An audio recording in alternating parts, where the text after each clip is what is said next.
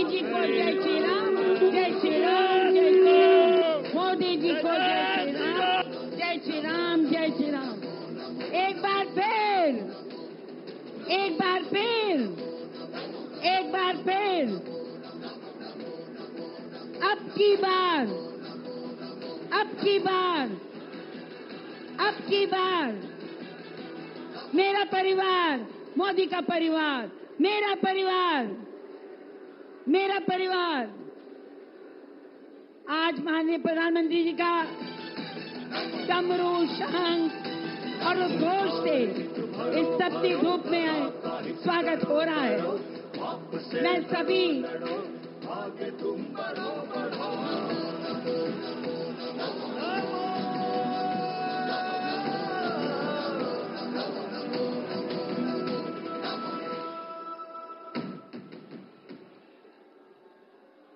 धन्यवाद। मैं सभी शंखनाद कर रहे हैं हमारे साधु संतों का धन्यवाद करती हूं। आज हमारे बीच में हमारे लोकप्रिय विश्वविख्यात राजनेता आदरणीय नरेंद्र मोदी जी उपस्थित हैं। मैं सबसे पहले निवेदन करती हूं अपने साथी, अपने उप मुख्यमंत्री आदरणीय श्री केशव प्रसाद मौर्य जी से कि वे हनुमान जी का गदा देकर और हमारे प्रधानमंत्री जी का स्वागत करें। ये हनुमान नगरी है। आज प्रयागराज की त्रिवेणी पे हनुमान जी ने अपना विश्राम किया था। उनका गदा न्याय का गदा है, उनका गदा जन कल्याण का गदा है और आज वह हमारे उप मुख्यमंत्री जी ने पेश किया है। अब मैं दोनों प्रत्याशियों से, मैं पहले नारियों से, महिलाओं से, जो कि बहुत ऋणी है हमारे प्रधानमंत्री जी की, माननीय मोदी जी को मैं कहूंगी कि बेटी बचाओ बेटी पढ़ाओ से लेकर नारी शक्ति वंदन अधिनियम तक आपने बेमिसाल सशक्तिकरण का कार्य किया है। करोड़ों आवास, गैस कनेक्शन, इज्जत घर, निःशुल्क राशन, सौभाग्य और आयुष्मान भारत योजनाओं से हमारी बहनों को, हमारी माताओं को आपने एक सरल जीवन जीने का मौका दिया है। रोजगार के आयाम खोले हैं और 3 करोड़ हमारी लखपति दीदियों का लक्ष्य लेकर और साथ ही साथ मुद्रा लोन के माध्यम से हमारी बहनों का आर्थिक सशक्तिकरण कर रहे हैं।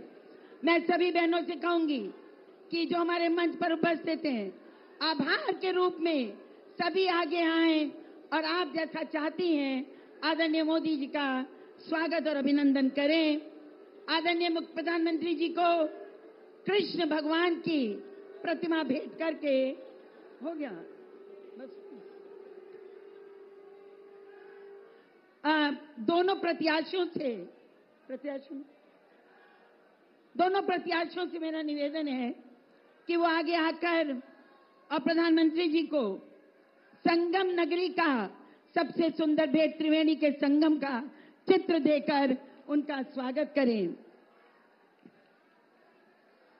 साथियों, बार बार प्रधानमंत्री जी यहाँ आते हैं और हम लोगों को स्नेह की वर्षा करके जाते हैं। मैं आदरणीय उप मुख्यमंत्री केशव मौर्य जी से कहूंगी कि आप आए और माननीय मुख्यमंत्री प्रधानमंत्री जी के स्वागत में अपना उद्बोधन प्रस्तुत करें। आदरणीय केशव प्रसाद मौर्य जी। दोनों हाथ उठा करके बोलिए भारत माता की, भारत माता की। प्रयागराज की धरती पर मोदी जी का स्वागत है, स्वागत। प्रयागराज की धरती पर, प्रयागराज की धरती पर आज प्रयागराज की इसी धरती पर जहां 4 सभाएं 2014, 2017, 2019, 2022 में माननीय प्रधानमंत्री जी संबोधित कर चुके हैं, मैं उनका हार्दिक स्वागत और अभिनंदन अपनी ओर से भी, प्रयाग की ओर से, आप सबकी ओर से करता हूं। आप सबके सामने चूंकि माननीय प्रधानमंत्री जी आ चुके हैं, लंबी बातें कोई करने की जरूरत नहीं है। मैं आप सबके सामने विषय रख चुका हूं, लेकिन गरीबों के मसीहा कौन है? मोदी जी हैं। और गुंडों के हमदर्द कौन है? सपा बसपा कांग्रेस के लोग हैं। या प्रयाग से लेकर के गाजीपुर तक जिस प्रकार से गुंडों, माफियाओं, अपराधियों के कब्जे में था, वह युग बीत गया। माननीय प्रधानमंत्री जी इसी धरती पर आए थे। आप सबको याद होगा, भारत के पहले प्रधानमंत्री हैं जिन्होंने इसी प्रयागराज में इस कुंभ मेले की सफाई करने वाले कर्मचारियों के चरण धो करके उनको सम्मान देने का काम किया था। मैं माननीय प्रधानमंत्री जी आपका अभिनंदन करता हूं। बाबा विश्वनाथ का धाम और रामलला का मंदिर बनाने वाले कर्मचारियों की आपने पूजा की थी, यह पूरा देश देख रहा है। 80 करोड़ लोगों के पेट की आग को शांत करने, कोई भूख से न परेशान हो, उसके लिए प्रधानमंत्री गरीब कल्याण अन्न योजना का आपने राशन दिया। 4 करोड़ से अधिक गरीबों को प्रधानमंत्री आवास देने का काम आपने किया। गरीब कल्याण की अनेक सुविधाएं देने का काम किया।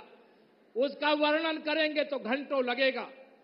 इस देश का गरीब, इस देश का किसान और इस देश की आधी आबादी, माताओं बहनों हाथ उठा के बताओ, मोदी जी के साथ हो कि नहीं हो। यहां पर हमारे किन्नर समाज से भी बड़ी संख्या में लोग आए हैं, वह भी आशीर्वाद देने के लिए। एक तरफ भ्रष्टाचारी हैं, गुंडे हैं, अपराधी हैं, एक तरफ गरीबों के हमदर्द हैं। मैं आप सबसे अपील करूंगा, ये सब किन्नर समाज के लोग हैं। माननीय प्रधानमंत्री जी कृपया बैठ जाएं, बैठ जाएं। मैं आप सबकी ओर से माननीय प्रधानमंत्री जी का स्वागत करते हुए आप सब भी सुनना चाहते हैं। हमारा प्रयागराज विकास से मतलब हजारों किलोमीटर दूर था। जब से 2014 में आपके नेतृत्व में देश में और 2017 में योगी आदित्यनाथ जी के नेतृत्व में प्रदेश में सरकार बनी, हमारा प्रयागराज विकास के एक नए युग में प्रवेश किया है। प्रदेश प्रवेश किया है, देश प्रवेश किया है। आगे भी 2025 का यहां पर कुंभ है। सब लोग यहां कमल खिलाना चाहते हैं। आपको तीसरी बार हिंदुस्तान का प्रधानमंत्री बनाना चाहते हैं। इसे सबका नारा 4 जून, 4 जून, फिर एक बार। यह आपके लिए सब समर्पित है। यही निवेदन करते हुए, आपका स्वागत करते हुए मैं अनुरोध करूंगा, यहां की जनता को अपना उद्बोधन देने की कृपा करें। माननीय प्रधानमंत्री।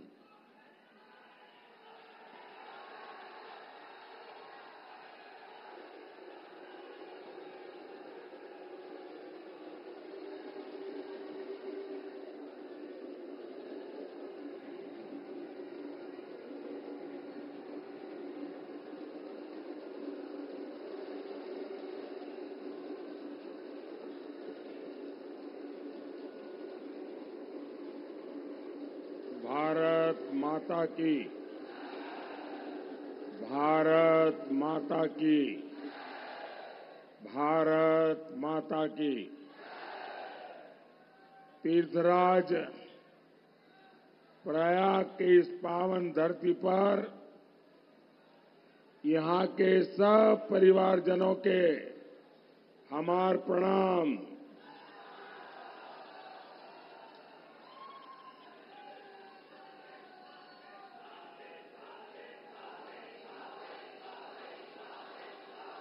आज मंगलवार है और पास में बड़े हनुमान जी का पावन धाम है। मैं परेड ग्राउंड के इस मंच से प्रयाग के आराध्य और त्रिवेणी को प्रणाम करता हूं। साथियों, प्रयाग तपोभूमि है। ये कुंभ की भव्यता की धरती है। यहां कटरा के कचौड़ी भी है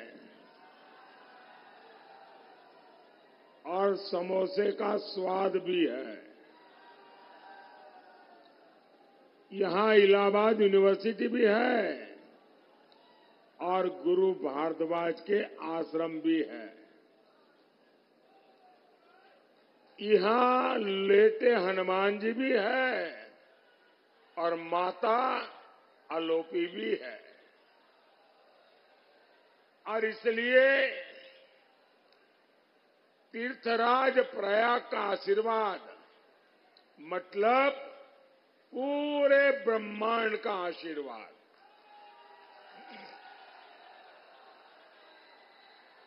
और प्रयाग कैसे अनंत आशीर्वाद दे रहा है, ये आपका उत्साह बता रहा है।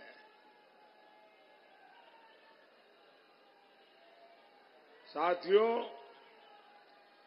24 का ये चुनाव तय करेगा भारत के भविष्य की त्रिवेणी किधर बहेगी।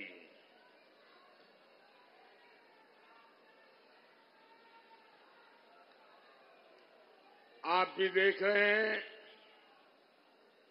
आज भारत की पहचान कैसे होती है। भारत की पहचान अब एक्सप्रेस वेज से होती है। भारत की पहचान इंफ्रास्ट्रक्चर से होती है। बड़े बड़े देश मुझसे कहते हैं, भारत की डिजिटल टेक्नोलॉजी हमें भी चाहिए।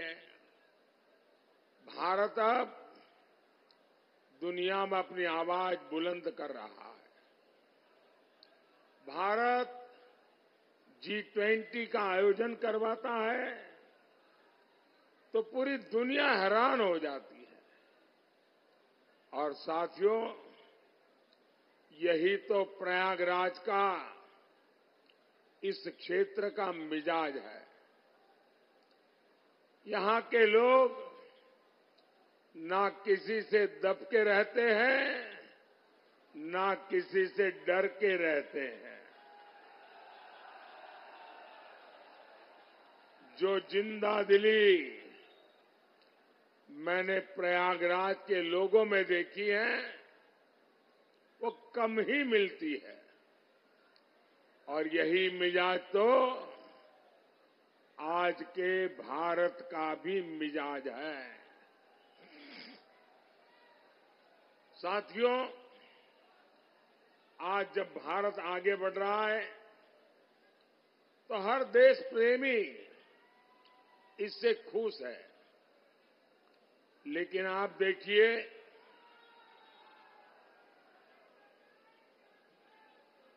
सपा, कांग्रेस और इंडी गठबंधन वालों को भारत का गौरव गान हजम नहीं होता। और ये करते क्या है? कांग्रेस के शहजादे भारत को गाली देने के लिए विदेश जाते हैं। ये इंडी गठबंधन वाले चुनाव भी किस एजेंडा पर लड़ रहे हैं? इनका एजेंडा है कश्मीर में आर्टिकल 370 फिर से लाएंगे। इनका एजेंडा है सीएए को रद्द करेंगे। इनका एजेंडा है भ्रष्टाचार पर जो कड़े कानून बने उन्हें रद्द करेंगे। क्या ये सब करने के लिए आप कभी भी ये इंडी अलायंस वालों को, सपा कांग्रेस वालों को एक भी वोट देंगे क्या? देंगे क्या? क्या देश को दिशा देने वाली प्रयागराज की धरती को इन लोगों की हरकत मंजूर होगी क्या? साथियों, इंडी गठबंधन वालों का, सपा कांग्रेस वालों का सुशासन से और हमारी आस्था से 36 का रिश्ता है। भारत का कोना कोना इस बात की गवाही देता है कि इंडी गठबंधन वालों से विकास नहीं हो सकता। आप यहां प्रयागराज में होने वाले कुंभ का ही उदाहरण देखिए। सपा कांग्रेस के समय क्या होता था? भीड़ में भगदड़ मच जाती थी, लोगों को अपनी जान गंवानी पड़ती थी, हर तरफ अव्यवस्था होती थी। जानते हैं क्यों? क्योंकि उन्हें कुंभ से ज्यादा अपने वोट बैंक की चिंता रही है। अगर कुंभ के लिए ज्यादा कुछ करते दिख गए तो कहीं उनका वोट बैंक बुरा न मान जाए। इन लोगों को वोट बैंक का इतना डर सताता था। सपा कांग्रेस में तुष्टीकरण का कंपटीशन होता था। आप मुझे बताइए, राम मंदिर का बहिष्कार करने वाले ये लोग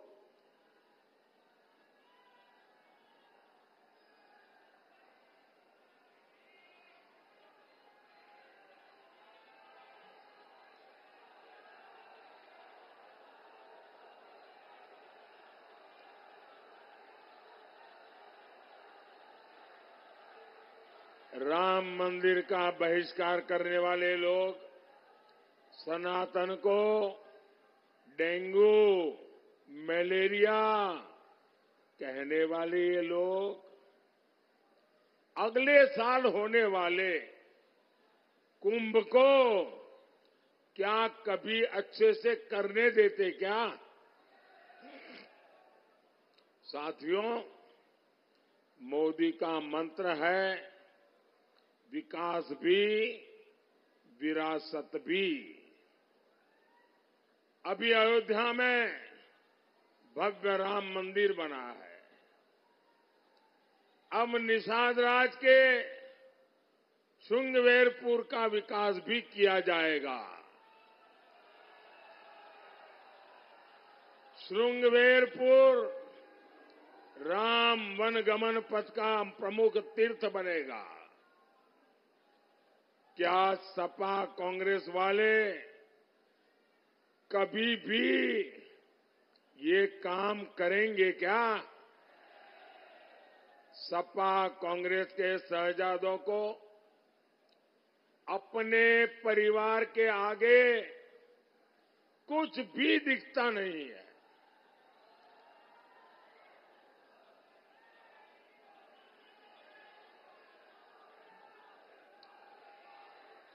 कांग्रेस तो आजादी का सारा श्रेय भी एक परिवार को देना चाहती है। आपको मालूम होगा, गुजरात में सरदार वल्लभ भाई पटेल का स्टैच्यू बना है, स्टैच्यू ऑफ यूनिटी। ये दुनिया में सबसे ऊंचा स्टैच्यू है। सरदार वल्लभ भाई पटेल का है।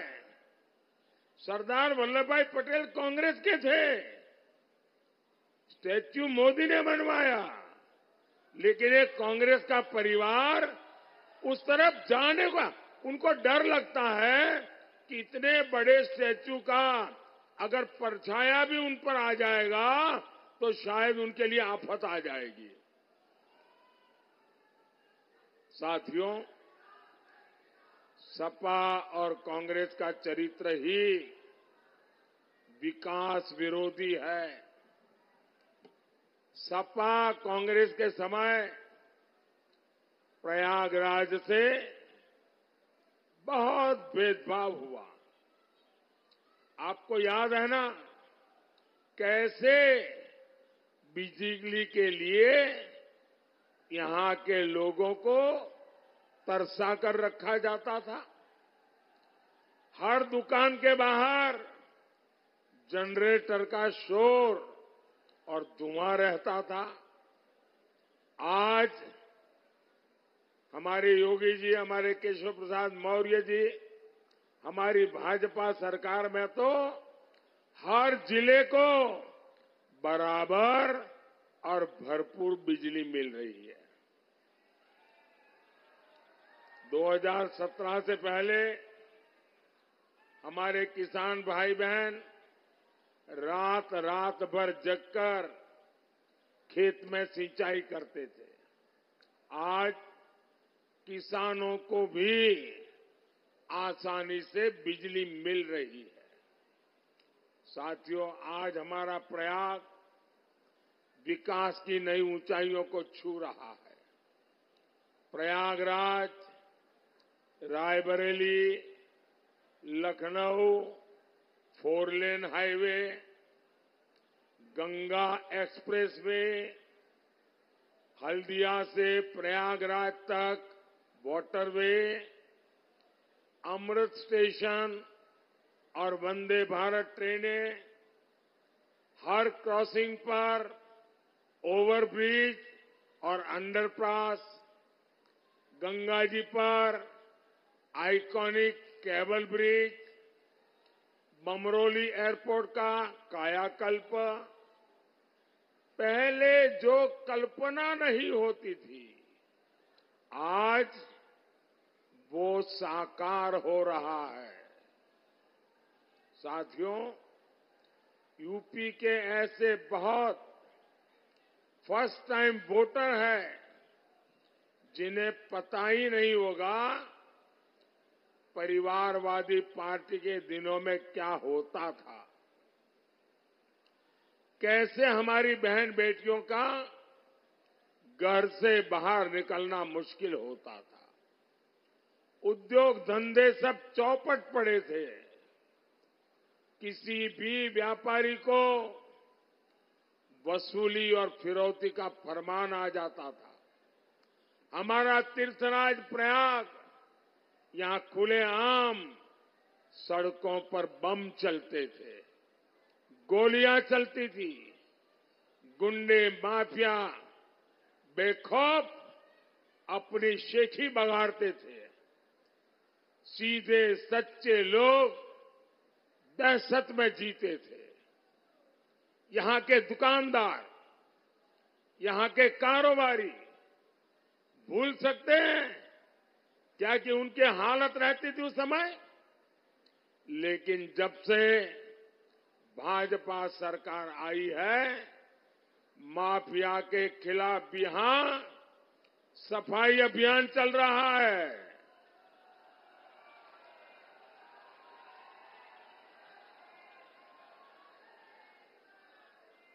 सपा सरकार में माफिया गरीबों की जमीनों पर कब्जा करता था।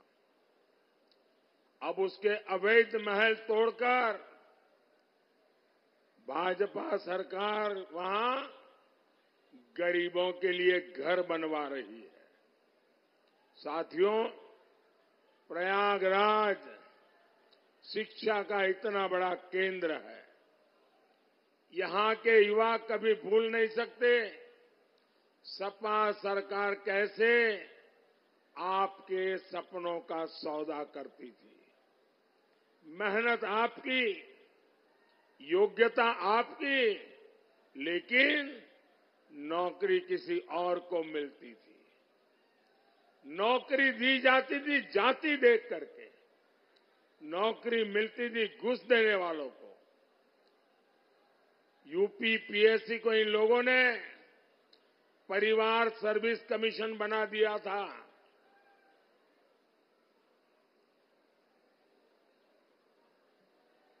यूपी की कितनी प्रतिभाओं का भविष्य इन लोगों ने बर्बाद कर दिया था। साथियों, इंडी गठबंधन वालों की नाव डूब रही है। इनका एक ही सहारा है, झूठ, लगातार झूठ, हर जगह पे झूठ, बार बार झूठ। ये संविधान को लेकर देश में झूठ फैला रहे हैं। संविधान को किससे खतरा है, ये प्रयागराज से बेहतर कौन बताएगा। आप जरा बताइए, आपातकाल लगाकर संविधान को बदलने की साजिश किसने की थी? यही इलाहाबाद हाईकोर्ट ने कांग्रेस की तानाशाही पर लगाम लगाई थी। रायबरेली में लोकतंत्र को लूटने की कोशिश की गई थी। हाईकोर्ट ने उस चुनाव को रद्द करके इंदिरा गांधी के चुनाव लड़ने पर रोक लगा दी थी। भाइयों और बहनों, इतने साल बीत गए लेकिन कांग्रेस पार्टी का चरित्र नहीं बदला। बाबा साहब आंबेडकर भी धर्म के आधार पर आरक्षण के खिलाफ थे, लेकिन कांग्रेस सपा वाले संविधान के खिलाफ जाकर दलितों, पिछड़ों का आरक्षण अपने वोट बैंक को वोट जिहाद वालों को देने की तैयारी में है। कर्नाटका में तो कांग्रेस सरकार ने ओबीसी कोटा मुसलमानों को दे दिया है।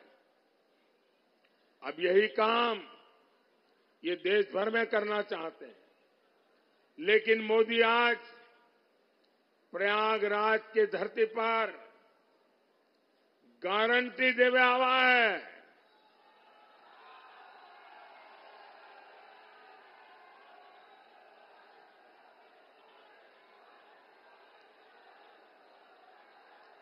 मैं दलितों, पिछड़ों का आरक्षण इन लोगों को छीनने नहीं दूंगा और ये मोदी की गारंटी है। साथियों, मोदी आगे भी आपकी सेवा करता रहे, इसके लिए एक सशक्त सरकार चाहिए। प्रयागराज से भाई नीरज त्रिपाठी जी और फूलपुर से भाई प्रवीण पटेल जी, आप इन्हें जो वोट देंगे वो मोदी को मजबूत करेगा। आप बताओ, 4 जून के इनका जिताए के भेजो ना। हमें जोर से बोलो, दोनों सीट पर कमल खिली ना। अच्छा, मेरा एक काम करेंगे, जरा हाथ ऊपर करके बताइए, करेंगे? घर घर जाइए और जाकर के सबको बताइए कि मोदी जी आए थे और मोदी जी ने परिवार के सबको श्री राम कहा है। बोलिए भारत माता की, भारत माता की। बहुत बहुत धन्यवाद।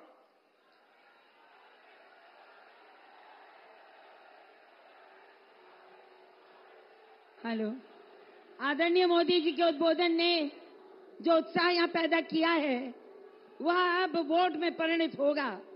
मोदी जी, आपकी गारंटी हमारे लिए 24 कैरेट सोने से भी खरी है और हम आपको आश्वस्त करते हैं कि हम प्रयागवासी आपकी गारंटी पर यह गारंटी देते हैं कि दोनों सीट 51 फूलपुर और 52 इलाहाबाद हम प्रचंड बहुमत से जिताकर कमल का फूल खिलाकर आपके पास भेजेंगे। धन्यवाद। जय हिंद। मेरे साथ नारा लगाइए, अब की बार